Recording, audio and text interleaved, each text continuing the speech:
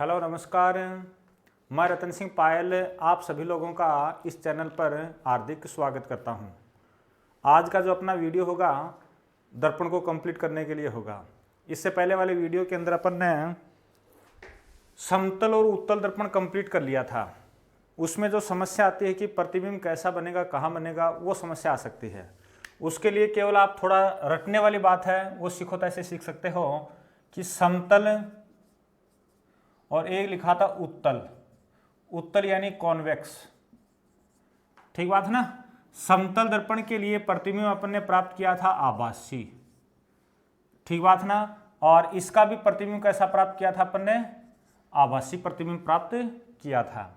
आभासी होता है वो हमेशा क्या होता है, सीधा होता है। तो यहां भी आपका कैसा प्राप्त हो जाएगा, सीधा प्राप्त हो जाएगा। ठीक है। इसके बाद में देखो ये होता है वस्तु के बराबर का, वस्तु के बराबर का। मैंने बार बार बात की थी कि समतल दर्पण के सामने अगर 6 फीट का आदमी खड़ा होता है तो प्रतिबिंब भी 6 फीट का ही बनेगा। और इसमें प्रतिबिंब हमेशा कैसा होता है, छोटा होता है। ठीक है। फिर बाद में ये लिखा था, यहां भी वही बात लिखूंगा कि दर्पण के दूसरी ओर बनता है, दर्पण के दूसरी ओर प्रतिबिंब बनता है। और यहां भी प्रतिबिंब कहां बनता है, दर्पण के दूसरी ओर बनता है। बात याद होगी सबके भी। फिर बाद में देखो थोड़ी सी बात इसमें सीखना चाहो तो किसकी बात कर रहा हूं, कॉन्वेक्स की बात कर रहा हूं। इसमें केवल दो ही स्थितियां बनती हैं। आपने देखो थोड़ा यूं किया हो तो दर्पण को, उत्तल दर्पण को यूं बनाया था। फिर ये इसका मुख्य अक्ष होता है, प्रिंसिपल एक्सिस होता है। यहां पर अपना P होता है और यहां पर कहीं पर आपका एक F मिलेगा और फिर उससे डबल दूरी पे क्या मिलेगा, C मिलेगा। तो यहां पर प्रतिबिंब की स्थिति के दो ही केस बनते हैं। नंबर एक, ये कंडीशन तो तीनों अप्लाई होंगी।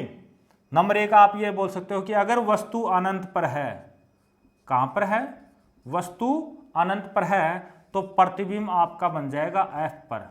यहां पर कौन बनेगा, प्रतिबिंब बनेगी, इमेज बनेगी। बात क्लियर होगी सबके।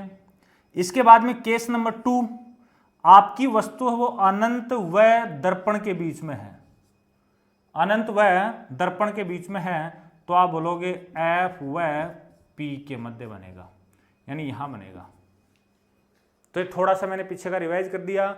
इसमें नई बात आपने ये सीखी, पिछले वाले वीडियो में नहीं बताई थी कि उत्तल दर्पण जब आप काम में लेते हो तो प्रतिबिंब कहाँ बनता है, जब वस्तु अनंत पर हो तो प्रतिबिंब F पर बनता है, जब वस्तु अनंत और दर्पण के बीच में हो तो F और P पर बनता है। चलिए ये हो गया। आज अगला जो टॉपिक होगा वो अवतल दर्पण के लिए होगा, अवतल दर्पण के लिए होगा। और अवतल दर्पण में शुरुआत में करता हूं, कुछ आसान बातों से शुरुआत करता हूं। इसके बाद में डिटेल में अपन लास्ट में जाके करेंगे। शुरुआत में अपन रटने वाली सी बातें वो कैसे क्या करते हैं।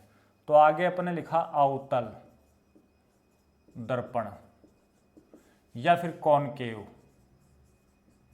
मिरर। ठीक बात है। कॉनकेव मिरर के अंदर ये साइज आपकी देखी हुई होगी, ये कांच के गोले का कोई भाग है, इसमें पॉलिश कर देते हैं बाहर की ओर। ये इसका मुख्य एक्सिस है, मुख्य एक्सिस है। तो एक जगह पे बोला था मैंने कि प्रत्येक दर्पण का केंद्र बिंदु P कहलाता है। P से आप सीख सकते हो पोल, पोल यानी ध्रुव। ठीक है। इसके बाद में यहाँ पर कहीं पर F होगा, यहाँ पर कहीं पे क्या होगा, F होगा। और इससे डबल दूरी पे कौन होगा, C होगा। ध्यान देने वाली बात है कि PC ये कहलाती है आपकी वक्रता त्रिज्या, वक्रता त्रिज्या कहलाती है R। और PF हमेशा कहलाती है फोकस दूरी। क्या कहलाती है, फोकस दूरी कहलाती है। तो मेरे हिसाब से आपके याद है। और इन दोनों में संबंध होता है, दोबारा लिख दूंगा, R बराबर 2F, ये होता है संबंध। यानी आपका वक्रता केंद्र है, ये जो पॉइंट है इससे डबल दूरी पे होगा, F से डबल दूरी पर होगा। तो मेरा पहला काम यहाँ पर यह होगा कि प्रतिबिंब आपको थोड़ा याद करवाऊं। क्यों, इसमें दोनों प्रकार के प्रतिबिंब बनते हैं। पहले वाले दोनों दर्पणों के अंदर लिखा था आभासी प्रतिबिंब बनते हैं। यहाँ क्या लिखूंगा कि प्रतिबिंब वास्तविक भी बनेगा और प्रतिबिंब कैसा बनेगा, आभासी भी बनता है। आभासी का एक और वर्ड काल्पनिक काम में लेते हैं, इंग्लिश में आप वर्चुअल बोलते हो इसको, है ना। तो इसको रटने वाली बात तो देखो ये है, एक प्रतिबिंब तो याद करो।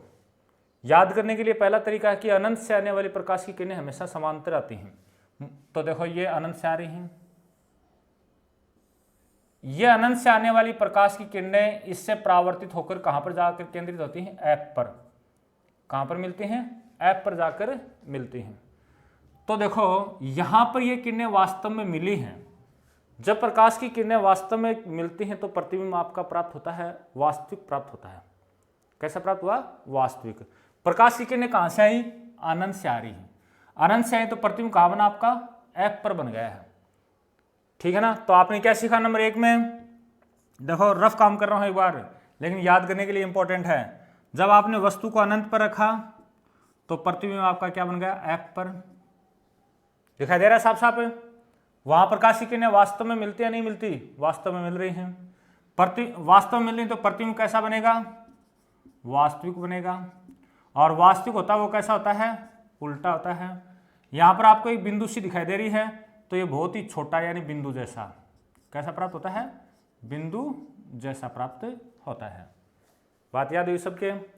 फिर बाद में देखो थोड़े एडवांस लेवल की बात मैं बाद में करूंगा, लेकिन आर्मी जीडी वालों के लिए इतना याद रखना होता है कि एफ के इस साइड में जब आप रखते हो, यानी एफ से लेकर अनंत तक वस्तु को रखते हो, तो प्रतिबिंब आपका कैसा बनता है, वास्तविक और उल्टा बनता है। प्रतिबिंब में छोटा होता है कभी बड़ा होता है, वो एक अलग बात है, लेकिन आपने ये सीखा कि एफ के इस साइड में जब रखोगे तो प्रतिबिंब हमेशा कैसा बनेगा, वास्तविक और उल्टा बनेगा। बात याद होगी। फिर बाद में जब आप एफ और पी के बीच में रखते हो, एफ और पी के बीच में जब रखते हो तो प्रतिबिंब आपका बनता आभासी और सीधा। तो थोड़ी देर पहले मैं ये बात कर रहा था कि इस दर्पण के द्वारा दोनों प्रतिबिंब बनते हैं, वास्तविक बनता है और आभासी बनता है।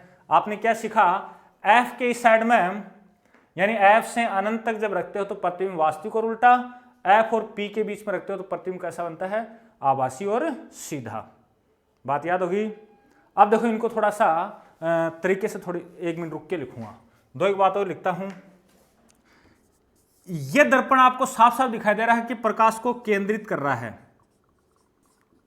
दिखाई दे रहा है मेरे हिसाब से। समांतर आने वाले प्रकाश की किरणों को केंद्रित कर दिया, और जो कोई भी दर्पण या लेंस प्रकाश को केंद्रित जाने वाली प्रकाश की किरण दर्पण से परावर्तित होकर मुख्य अक्ष के समांतर हो जाती है। इसको डायग्राम से आप ऐसे सीख सकते हो, यह आपका दर्पण, यह आपका पी, ये माना कि एफ। मैंने लाइन ये बोला था अगर समांतर प्रकाश की किरण डाल दोगे तो ये कहां से जाएगी, एफ से जाएगी, ये लाइन बोला था मैंने। इसका उल्टा भी है, अगर एफ से डालोगे तो किसके हो जाएगी, मुख्य अक्ष के समांतर हो जाएगी।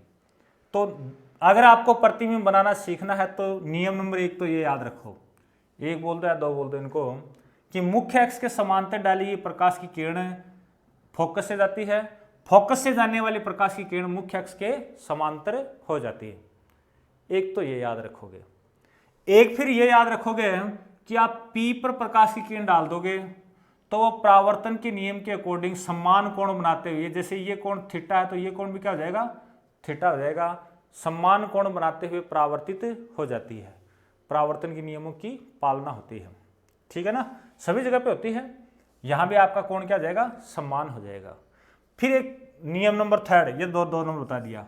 यहां मैंने क्या बताया था, C होता है कहीं पर, अगर आप C से प्रकाश की किरण डालोगे तो उसी पथ पर वापस आ जाएगी। वक्रता केंद्र से गुजरने वाली प्रकाश की किरण उसी पथ पर परावर्तित होकर वापस लौट आती है। अगर ये तीनों बातें याद हैं तो आपको प्रतिबिंब बनाने में कोई दिक्कत नहीं होगी। देखो 1-2 लिखवाता हूं, फिर बाद में एक टेबल बनाएंगे अपन। जैसे ये आपका अवतल दर्पण, ये आपका P, ये F, ये मैंने C कर दिया। अब देखो 1-2 एग्जाम्पल ले लो। चलो यहाँ वाला अनंत का तो कर दिया था, यहाँ वाला ले लिया। ये वस्तु आपकी, बार बार रिपीट करता हूँ, प्रकाश कहाँ से चलता है, वस्तु से चलता है, तभी अपन को दिखाई देता है, ठीक है ना। देती है वो वस्तु, एक प्रकाश किरण ये डाल दी समांतर।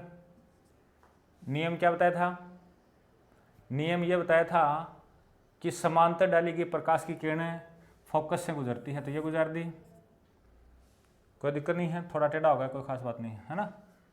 फिर सेकंड वाला क्या बताया था, सेकंड वाला ये बताया था कि या तो पी पे डाल दो, यूं कर दो, या आप सी से डाल दो, एक ही बात है।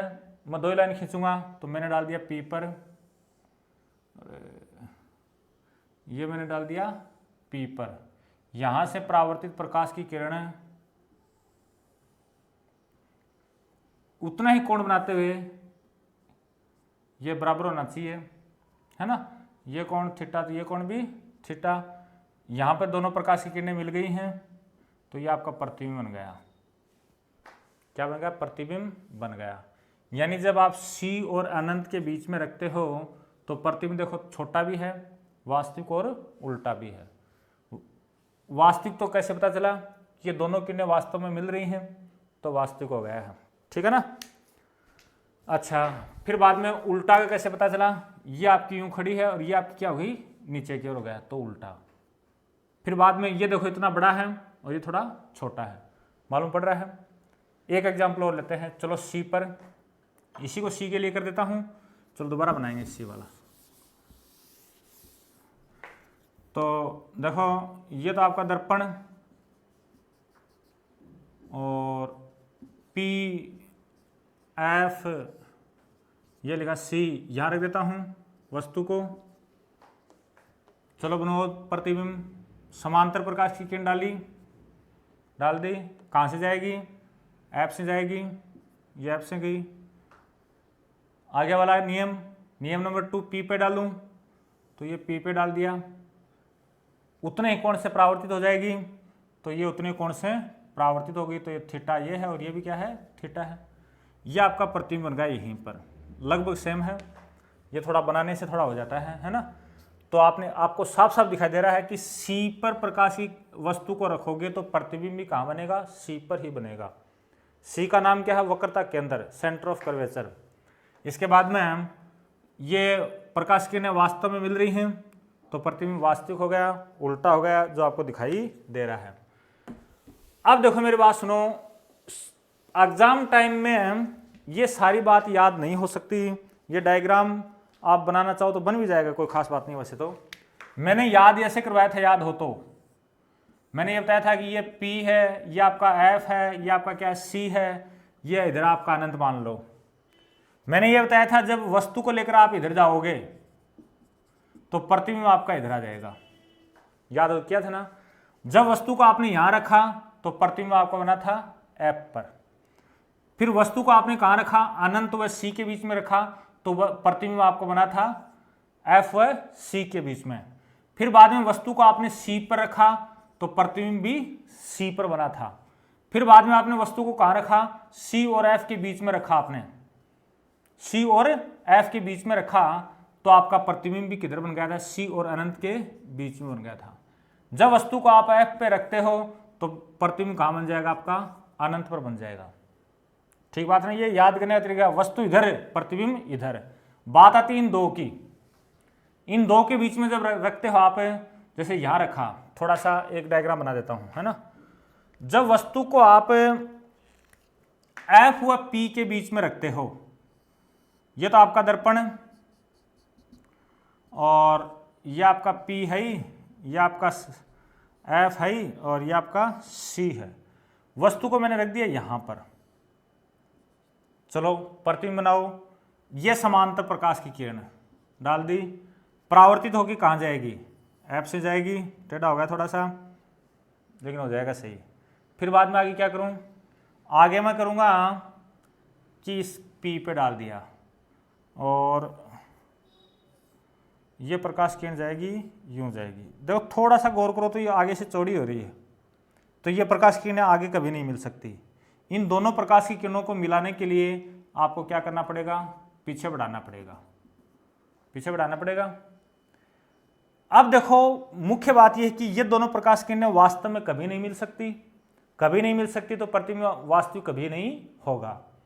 तो फिर बाद में आपने क्या किया, इन दोनों प्रकाश की किरणों को पीछे बढ़ाया तो ये आभासी रूप से यहां पर मिलती हुई प्रतीत होती है, आभासी रूप से। अगर यहाँ मिलती हुई प्रतीत हो रही हैं तो आप ये बोलोगे देखो इसका सिर ऊपर तो इसका भी ऊपर ही है, तो एक तो ये सीधा है, आपने आभासी रूप से बढ़ाया है इनको, और एक आपको बड़ा प्राप्त हो रहा है। एक आपको क्या प्राप्त हो रहा है? बड़ा प्रतिबिंब प्राप्त हो रहा है। उम्मीद करता हूँ इस प्रकार से आप और भी कर लोगे। अब टेबल बनाता हूँ, देखो कैसे बनाऊंगा, और मुख्य टेबल का ही काम है। मेरे हिसाब से उत्तल दर्पण के लिए तो आपने टेबल को विशेष रूप से याद की नहीं है। उत्तल दर्पण के लिए आपने केवल इतनी बात याद की है कि प्रतिबिंब आभासी, सीधा और छोटा बनता है। ज़्यादा सीखे तो आप ये बोल सकते हो कि उत्तल दर्पण के लिए ऐप पर रखोगे वस्तु को, थोड़ा सा दोबारा बोल रहा हूँ, वस्तु को जब आप अनंत पे रखोगे तो ऐप पर बनेगी, प्रतिबिंब कहाँ बनेगा? ऐप पर बनेगा। वस्तु को अनंत पे रखोगे तो प्रतिबिंब एफ और पी के बीच में बन जाएगा। बात हो रही है अवतल दर्पण की, अवतल दर्पण की बात हो रही है। तो एक टेबल देखो, ये तो रखी वस्तु की स्थिति, आप इसको बिंब की स्थिति भी बोल सकते हो, ठीक बात है। फिर बाद में यहां बता रहा हूं मैं प्रतिबिंब की स्थिति।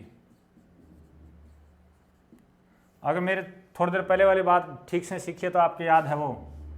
फिर बाद में प्रकृति, पूरा लिखूंगा तो ऐसे लिखूंगा प्रतिबिंब की प्रकृति। फिर बाद में उसका आकार, किसका आकार? प्रतिबिंब का आकार।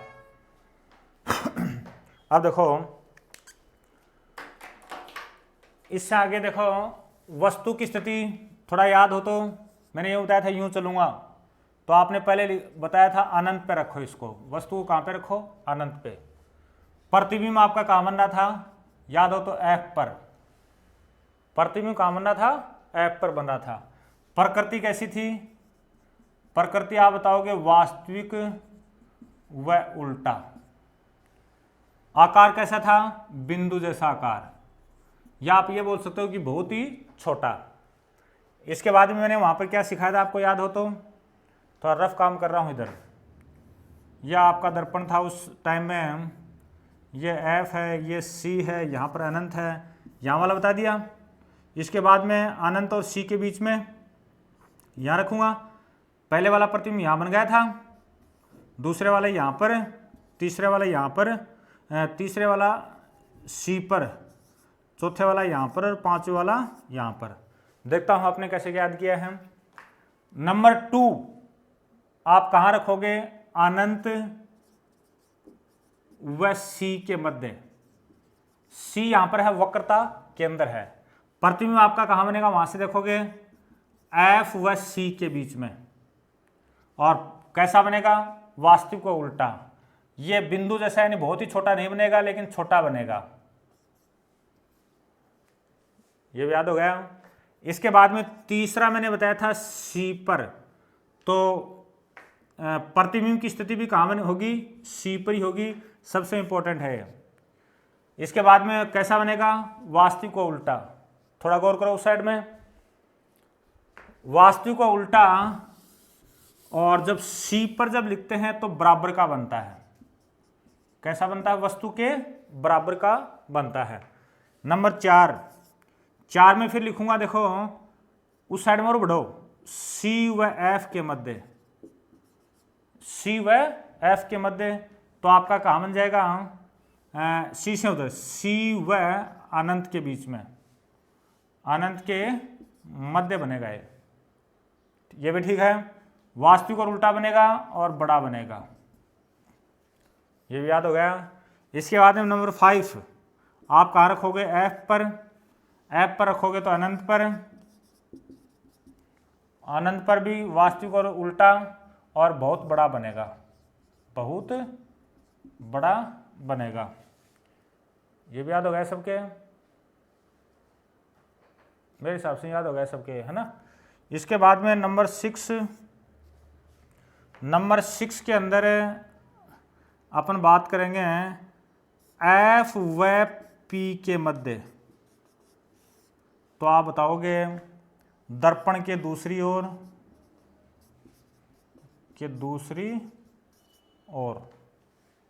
दर्पण के दूसरी ओर। और इसके बाद में ये होता है आभासी व सीधा, आभासी व सीधा। और ये बनता है बड़ा। क्या बनता है? बड़ा बनता है। मेरे हिसाब से टेबल आपको याद आई है। इसके बाद देखो अवतल दर्पण के उपयोग। अवतल दर्पण के उपयोग, इसमें थोड़ा ध्यान देना भाई, पहले मैंने थोड़ी शायद लाइन गलत बोल दी, उसको थोड़ा याद रखोगे आप। मैंने ये बोल दिया कि अवतल दर्पण का उपयोग मायोपिया में करते हैं, जो कि गलत है। अवतल लेंस का उपयोग करते हैं मायोपिया में, है ना, तो ये गलती होगी, थोड़ा ध्यान देना। इसके उपयोग के अंदर नंबर 1, देखो गाड़ी के ड्राइवर साइड में उत्तल दर्पण काम में लेते हैं, लेकिन हेडलाइट में, गाड़ी की हेडलाइट जो होती है वो बोल दो या टॉर्च में, यह एक नाम हो रहा था सर्च लाइट में, किसका उपयोग करते हैं? अवतल दर्पण का उपयोग करते हैं। नंबर 2, एक आप सीख सकते हो सौर कुकर। क्या सीख सकते हो? सौर कुकर में, यह भी याद हो गया। इसके बाद में नंबर 3, एक अपने आता है शेविंग दर्पण के रूप में या दाढ़ी बनाने के दर्पण के रूप में, बनाने के दर्पण के रूप में, ये भी याद हो गया सबके। नंबर 4, या तो आपके लिखा जाएगा ENT या फिर आ जाएगा दांतों के डॉक्टर द्वारा, दांतों के डॉक्टर द्वारा उपयोग। मेरे हिसाब से ये भी हो गया क्लियर, क्लियर हो गया मेरे हिसाब से, है ना। तो ये 3-4 लाइनें आप सीखोगे, हेडलाइट, सौर कुकर, दाढ़ी बनाने के दर्पण और ENT के द्वारा, ENT के डॉक्टर द्वारा उपयोग किया जाता है। इसके बाद में देखो अपने 2-4 एक आते हैं दर्पण सूत्र या मिरर फॉर्मूला। दर्पण सूत्र में नंबर 1, जो कि सबके लिए GD सहित सबके लिए इंपॉर्टेंट है, आप याद रखोगे R बराबर होता है 2F। R बराबर क्या होता है?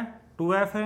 और इसमें ध्यान देने वाली बात है, R तो है वक्रता त्रिज्या, वक्रता त्रिज्या है, F आपकी है फोकस दूरी, फोकस दूरी है। यहाँ पे देखो एग्जाम में बहुत ही कम चांस है कि आपसे पूछे कि फॉर्मूला लिखो या ऐसे करो। वो आपको क्या करेगा, किसी दर्पण के लिए R का मान 50 सेंटीमीटर है तो उसका F लिखो, फोकस दूरी लिखो। तो आप मेरे हिसाब से उस फॉर्मूले से कर सकते हो, F बराबर R/2, तो ये आपका कितना आ जाएगा? 25 सेंटीमीटर आ जाएगा। ठीक है, ये मेरे हिसाब से याद हो गए सबके। इसके बाद में फॉर्मूला नंबर 2, फॉर्मूला नंबर 2 आपका ये है कि 1/F equal to 1/V plus 1/U। ये आप याद रखोगे। F का तो जो ऊपर मतलब है वही मतलब है, इसमें पहले U आता है बाद में V। दर्पण के सामने पहले क्या रखते हैं? बीम रखते हैं, तो यहाँ लिखेंगे बीम की दूरी और यहाँ लिखेंगे प्रतिबिंब की दूरी। क्या लिखेंगे? प्रतिबिंब की दूरी लिखेंगे। बात क्लियर हो गई सबके अभी? अरे प्लस आएगा, ध्यान देने वाली बात है ना। फिर बाद में तीसरा फॉर्मूला और ज़्यादा सीखना चाहो तो एक आता आवर्धन, मैग्निफिकेशन, जिसको M से लिखते हैं, और ये दिया जाता है प्रतिबिंब की ऊंचाई। ऊपर तो लिखते हैं प्रतिबिंब और नीचे लिखते हैं बिंब लिखते हैं, ठीक है ना। इसी को मैं लिख सकता हूं, देखो यहां प्लस आया तो यहां लिखेंगे -V/U। ध्यान देने वाली बात है, 2 सूत्र एक साथ याद रखो। दर्पण के लिए यहां प्लस और यहां माइनस, लेंस के लिए यहां माइनस और यहां प्लस। तो मेरे हिसाब से आपने 3 फॉर्मूले याद कर लिए। किसी भी एग्जाम के लिए, रीट के लिए बोल दो, चाहे आपका आर्मी टेक्निकल के लिए बोल दो, ये तीनों फॉर्मूले आपको याद रखने होंगे। इनका उपयोग करना अपन नेक्स्ट किसी वीडियो में सीखेंगे, है ना। फिलहाल तक आपने ये सीखा कि अवतल दर्पण का उपयोग ये है, फिर बाद में आपने ये सीखा दर्पण के फॉर्मूले ये हैं, इसमें कौन क्या क्या है वो बात आपने लिख ली है। फिर बाद में मैंने ये दोनों फॉर्मूले थोड़ा सा बताया कि लेंस के लिए सेम फॉर्मूला होता है लेकिन यहाँ माइनस होता है, लेंस के लिए ये भी सेम फॉर्मूला होता है लेकिन यहाँ पर क्या होता है? प्लस होता है, V/U। V आपको यहाँ पर पता है वेलोसिटी नहीं है, यहाँ पर U पहले आता है तो ये बिंब की दूरी है, और V बाद में आता है तो ये क्या है? प्रतिबिंब की दूरी है। यहाँ भाई एक भूल सुधार करोगे, शुरुआत में एक लाइन बोली थी उसको सुधारोगे आप लोग। कौन सी लाइन है? कि अवतल दर्पण का उपयोग कहीं नहीं करते हैं, वहां आप ये सीखोगे अवतल लेंस का उपयोग मायोपिया में करते हैं। किस में करते हैं? अवतल लेंस का उपयोग मायोपिया में करते हैं, उसका थोड़ा ध्यान रखोगे, ठीक है। अच्छा, इसके बाद देखो एक है चिन्ह परिपाटी। अगर ये फॉर्मूलों को केवल याद ही करना चाहो तो एक अलग बात है, बाकी अगर उन फॉर्मूलों को अप्लाई करना चाहो, फॉर्मूला नंबर 1 है, उसके लिए कोई खास बात ध्यान में रखनी नहीं है आपको। फॉर्मूला नंबर 1 में आपको केवल इतना याद रखना, आर बराबर क्या होता है? 2f होता है। चलो एक बार दोबारा रिपीट करता हूं। पहला फॉर्मूला क्या था? आर बराबर क्या था आपका? 2f था। अगर आपका दर्पण, अब कई लोगों को कि u प्लस होगा, माइनस होगा, v plus minus f plus minus होगा, थोड़ा सा अगर चिन्ह परिपाटी देख लो तो ये आपको याद नहीं करना पड़ेगा। किसी भी लेंस के लिए, किसी भी दर्पण के लिए, फिलहाल दर्पण चल रहा है तो ये मैंने एक दर्पण लिखा, ये उसका P है। ध्यान रहे प्रकाश हमेशा किधर से चलता है? वस्तु से चलता है। किधर से चलता है? वस्तु से चलता है। दूरी का मेजरमेंट हमेशा किधर से करते हैं? P से करते हैं, ध्यान ये रखना है। बात क्लियर हुई या नहीं हुई? प्रकाश हमेशा किधर चलता है? वस्तु से चलता है, दर्पण की ओर या लेंस की ओर, और दूरी का मेजरमेंट दर्पण के लिए P से करते हैं, लेंस के लिए O यानी प्रकाशिक केंद्र से करते हैं। अगर देखो आप दूरी का मेजरमेंट करने के लिए प्रकाश की दिशा में चलते हो तो दूरी को लेते हो प्लस। दूरी का मेजरमेंट करते टाइम आप प्रकाश के विपरीत चलते हो तो उसको लेते हो माइनस। बात याद हुई सबके? मुख्य अक्ष के ऊपर की ओर मापी की दूरी प्लस और नीचे की ओर मापी की दूरी क्या होती है? माइनस। अब देखो आगे और मेरे को बताओ थोड़ा सा, यह वस्तु रखी हुई है, यहां से यहां तक की दूरी आपकी होती है u, बिंब की दूरी। अब प्रकाश आपका इधर जा रहा है और दूरी का मेजरमेंट करते टाइम आप इधर चल रहे हो, तो u को प्लस लेना चाहिए, माइनस लेना चाहिए? तो आपने, मेरे हिसाब से मेरा नियम याद है, प्रकाश के विपरीत दिशा में चलने पर माइनस है, तो u आपका हमेशा क्या होगा? माइनस होगा, नेगेटिव। ये तो हमेशा ही नेगेटिव होगा। फिर बाद में अगर मान लो आपका प्रतिबिंब बन गया, सपोज करो यहां प्रतिबिंब बन गया, ये क्या बन गया? आपका प्रतिबिंब बन गया, तो दूरी का मेजरमेंट आप यहां से करोगे और दूरी मापने के लिए इधर यूं तो चलोगे। आप प्रकाश के विपरीत दिशा में चले हो तो यहां पर v भी आपका क्या हो गया? नेगेटिव हो गया। और v नेगेटिव क्यों हुआ? क्योंकि आप प्रकाश के विपरीत जा रहे हो, प्रकाश के विपरीत जा रहे हो। आपने इस दर्पण में यह भी देखा होगा कि प्रतिबिंब आपका कई बार, एक बार इधर भी बना था, यहां बना था प्रतिबिंब। अगर आपका प्रतिबिंब यहां बनता है, वहां पर बनता है, तो दूरी का मेजरमेंट करते टाइम आप कहां? यहां से चलोगे और यूं जाओगे, यूं जाओगे ना। और प्रतिबिंब की दूरी को आप v से शो करते हो, और v से शो करते हो तो देखो ये डायरेक्शन और ये डायरेक्शन दोनों सेम है।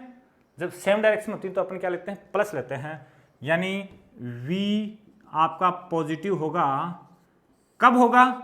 जब आप समान दिशा में चलते हो, जब आप समान दिशा में चलते हो। मेरे हिसाब से ये बात आपके याद हो गई। चलो याद होगी तो फिर एक बात और बता दो, आपका f किसके लिए तो पॉजिटिव होगा और f आपका किसके लिए नेगेटिव होगा? इस दर्पण की बात करूं, इस दर्पण का देखो यहां पर कहीं पर f होगा और यहां पर कहीं पर क्या होगा? c होगा। तो दूरी का मेजरमेंट करते टाइम आप इधर तो चलोगे। अगर आप इधर चलते हो तो f आपका क्या हो गया? विपरीत दिशा में चल रहे हो, नेगेटिव हो गया। यानी अवतल जो दर्पण है उसका f क्या होता है? नेगेटिव होता है। f नेगेटिव है तो आपका r भी क्या हो जाएगा? नेगेटिव हो जाएगा। इस फॉर्मूले से देख सकते हो आप। तो ये कुछ समझने वाली बातें हैं। f पॉजिटिव होगा किसके लिए? उत्तल दर्पण के लिए होगा।